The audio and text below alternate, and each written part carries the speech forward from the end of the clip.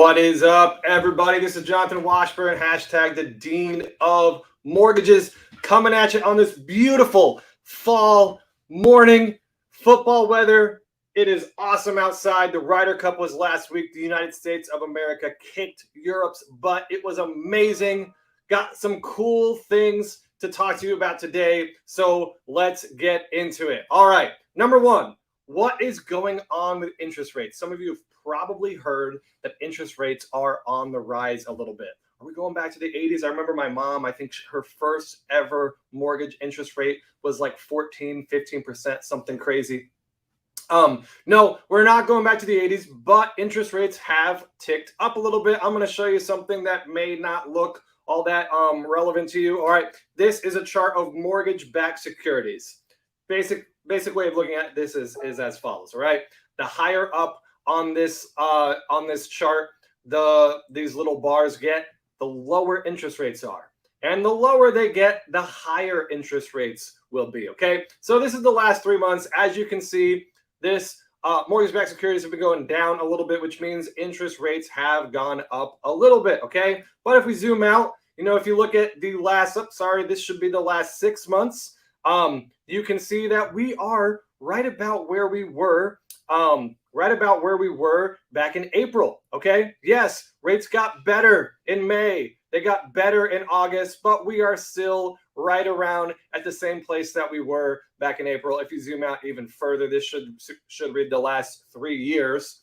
The last 3 years, as you can see, we are still very, very good on the interest rate front. Okay. As you may have heard somebody say before, interest rates are going up to all-time lows. So when you look at the big picture of things, yes, rates are a little bit higher than they were, about a month and a half ago, maybe than they were back in April. But big picture, rates are still incredibly low. Great time to buy a house if you can find one. Great time to refinance if you want to save some money. So don't worry too much about that.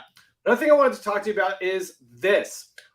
This summer, HUD had a really important and pretty seismic update about how they handled student loans. And if you've gotten denied in the past because you were trying to get an FHA loan and you couldn't make it work because of student loans, you really might want to listen up to this, okay?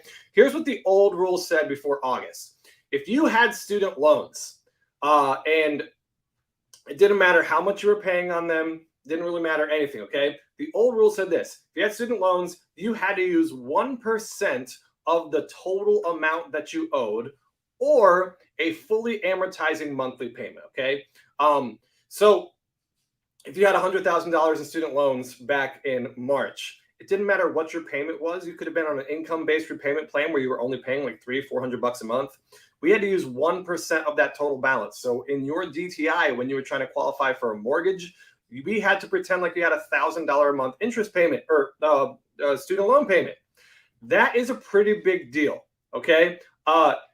That killed a lot of deals as well because that was such a harsh penalty to pay for student loans. Well, in August, HUD wanted to open things up. They wanted to allow more people to buy homes with FHA loans, and they implemented a new rule. Number one, we can now use 0.5% of the outstanding balance instead of 1%. So that same $100,000 student loan guy, as we were talking about before, now we can hit him for only a $500 monthly payment instead of the $1,000. Or this is another big change. We could also use a income-based repayment plan now. In the past, the only thing that we could use if it was a payment, it had to be a fully amortizing payment, and sometimes those were even higher than 1%. But now we actually can use an income-based repayment for student loans on an FHA loan if that payment is more than zero. If you're on an income-based repayment plan and you don't currently owe anything, we can't use that payment. But if you are paying something on an income-based repayment plan, we now can use that. So if you were turned down for an FHA loan in the past and student loans were part of the issue, reach out to me, give me a call. It's very possible that because the guidance would change, you may now be eligible to buy a house. All right.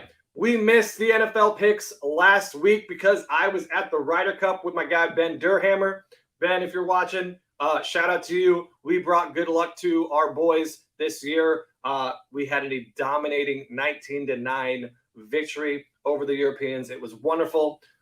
Currently on the year, I'm 4-2 on our Dean of Mortgages Pay Your Mortgages picks for the NFL season. So 3 more picks for you here this morning. Number 1, the Titans, I think, threw everybody off the scent with they just dropped a bomb in week 1. Everyone's like, oh, are the Titans done? Are the Titans not good anymore?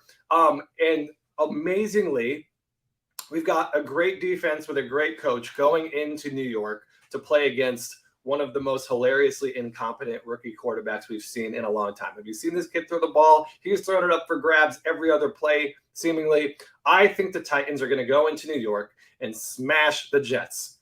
They only have to win by a touchdown. I think they're going to win by 2 touchdowns. Titans over the Jets big this weekend.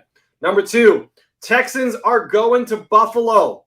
Now, we Browns fans have a sort of affinity for the Bills fans. We are down with the Bills Mafia. I think the Bills have a good team. They've got a good defense. They've got an explosive offense. But, man, they're favored by almost 18 points. I don't trust Josh Allen with that sort of lead. They could win by 2 touchdowns and still fail to cover the spread. I think that's what's going to happen.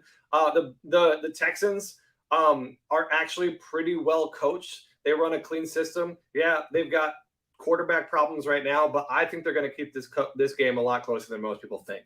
All right, and number 3, we've got a big game between the Green Bay Packers at home against the Pittsburgh Steelers. This is a tale of 2 quarterbacks. One that is not very happy with his current situation, wants to get out, maybe even wants to retire so that he can host Jeopardy.